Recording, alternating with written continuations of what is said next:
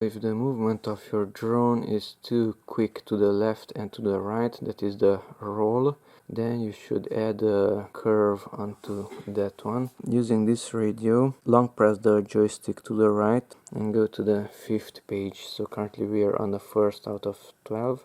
And go to the 5th one. And aileron, that's the equivalent of the roll axis. Enter there, long press and edit. Okay, and here go to Expo. Now come here to value